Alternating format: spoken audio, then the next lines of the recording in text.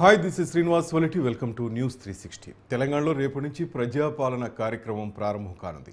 10 రోజుల పాటు కార్యక్రమాన్ని నిర్వహించున్నారు. అర్హులైన ప్రతి ఒక్కరికి రేషన్ కార్డులతో పాటు హెల్త్ కార్డులు అందజేస్తామన్నారు ముఖ్యమంత్రి రేవంత్ రెడ్డి. ఇక రేషన్ కార్డుకు హెల్త్ కార్డుకు సంబంధం లేదని రెండు వేరువేరుగా జారీ చేస్తామని చెప్పారు. హెల్త్ డిజిటల్ కార్డుల జారీకి అనుసరించాల్సిన పద్ధతి, హెల్త్ ప్రొఫైల్ నమోదు చేసేందుకు వైద్య పరీక్షల కోసం వైద్య శిబిరాలను అందుబాటులో ఉంచాలని ఆదేశించారు.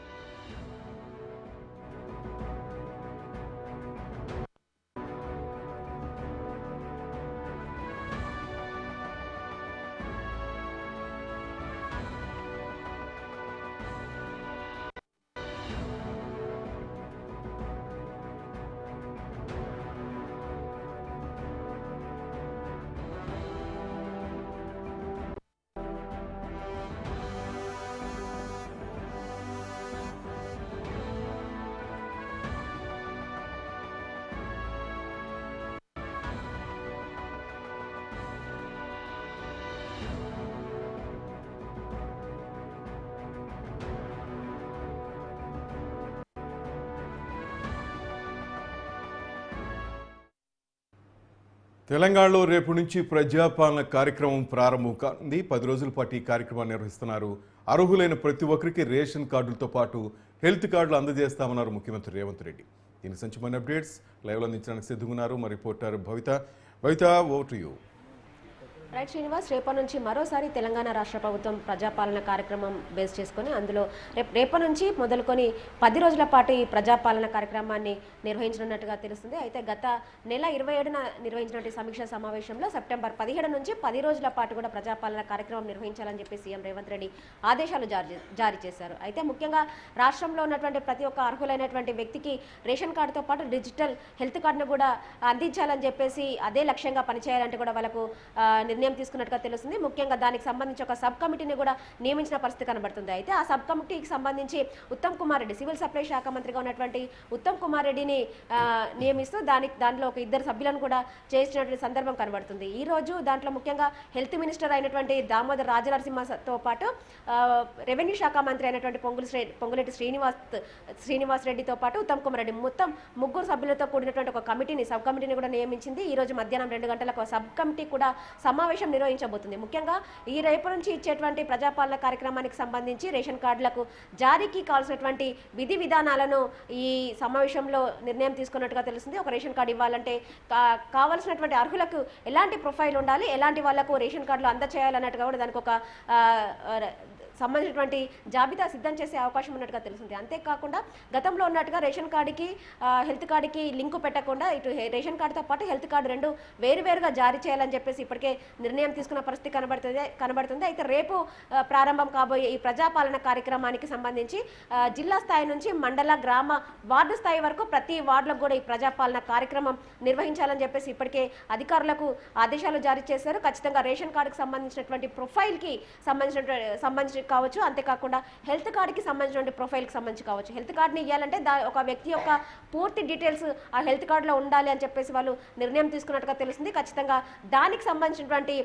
ఇన్వెస్టిగేషన్స్కి సంబంధించినటువంటి ల్యాబొరేటరీస్ని కూడా ఖచ్చితంగా అందుబాటులో ఉంచాలి. వైద్య పరీక్షల నిమిత్తం ఖచ్చితంగా ప్రతి వార్డులకు కూడా ల్యాబొరేటరీలను అందుబాటులో ఉండే విధంగా చర్యలు చేపట్టాలని చెప్పేసి ఇప్పటికే సీఎం రేవంత్ రెడ్డి అధికారులకు ఆదేశాలు కూడా జారీ చేశారు. అయితే గతంలో మనం చూసినట్లయితే తెలంగాణ రాష్ట్రం వచ్చిన తర్వాత 10 ఏళ్ల నుంచి కూడా రేషన్ కార్డులు ఏ ఒక్కరికి కూడా అందని పరిస్థితి కనబడుతుంది. ఇప్పటికే దాదాపుగా 10 లక్షల మందికి పైగా కూడా రేషన్ కార్డులు అప్లై చేసుకున్న పరిస్థితి కనబడుతుంది. అప్పటి నుంచి కూడా రేషన్ కార్డులు లేని వాళ్ళు తీవ్ర ఇబ్బంది పడుతున్న పరిస్థితి కనబడుతుంది. ఎందుకంటే ప్రతి ఒక సంక్షేమ పథకం కావచ్చు, ఏదైనా ఉండాలంటే ఖచ్చితంగా రేషన్ కార్డునే ప్రామాణికంగా చూస్తారు. కాబట్టి రేషన్ కార్డు లేక ప్రతి ఒక్కరు సంక్షేమ పథకాలకు కావచ్చు, ఇతరత్ర దేనికైనా ఇబ్బందులు పడుతున్న నేపథ్యం కనబడుతుంది. అయితే ఫస్ట్ ఖచ్చితంగా రేషన్ కార్డులను జారీ చేయాలని చెప్పేసి కాంగ్రెస్ ప్రభుత్వం నిర్ణయం తీసుకుంది. మనం చూసాం, ప్రభుత్వం వచ్చిన కొత్తలో మనం చూసాం, ఇక్కడ ప్రగతి భవన్లోని ప్రజాపాలన కార్యక్రమం ఏర్పాటు చేశారు. అన్ని జిల్లాల నుంచి హైదరాబాద్కి తరలి వచ్చారు జనం. అప్పట్లో సద్వినియోగం చేస్తున్నారు. చాలా గ్యాప్ తర్వాత ఈ ప్రజాపాలన స్టార్ట్ చేస్తున్నారు. ఎందుకు ఇంత గ్యాప్ వచ్చింది?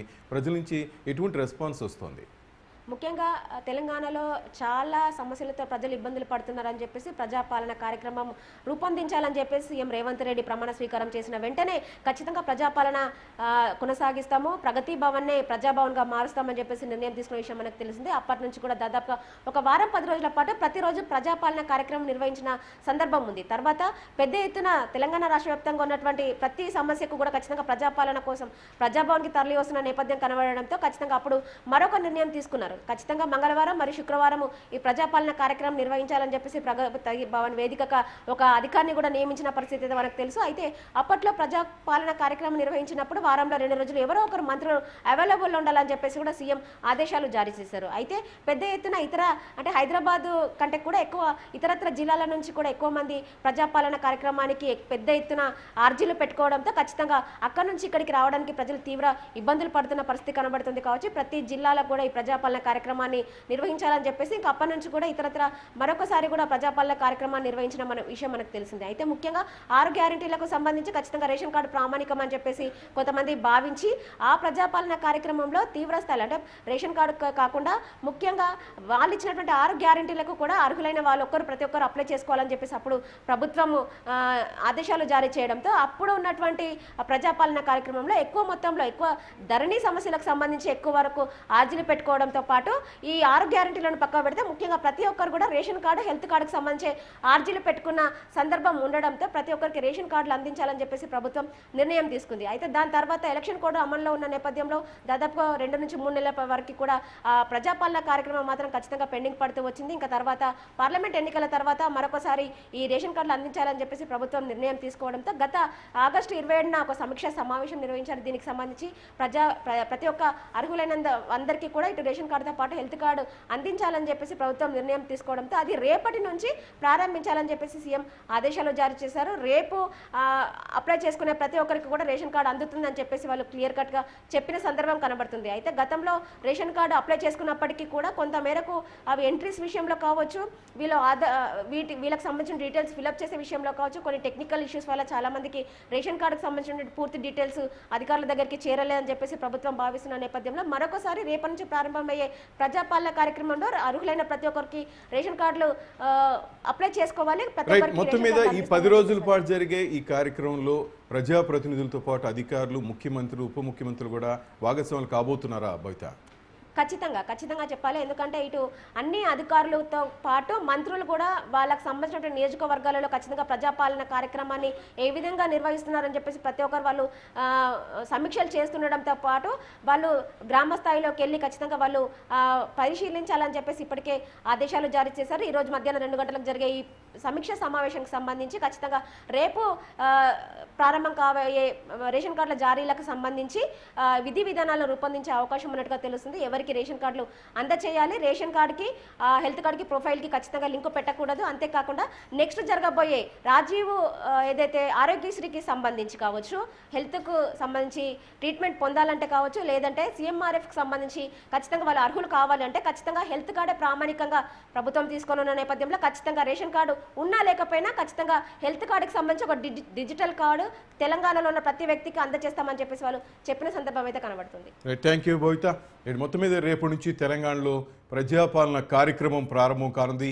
10 రోజుల పాటు ఈ కార్యక్రమం నిర్వహించున్నారు.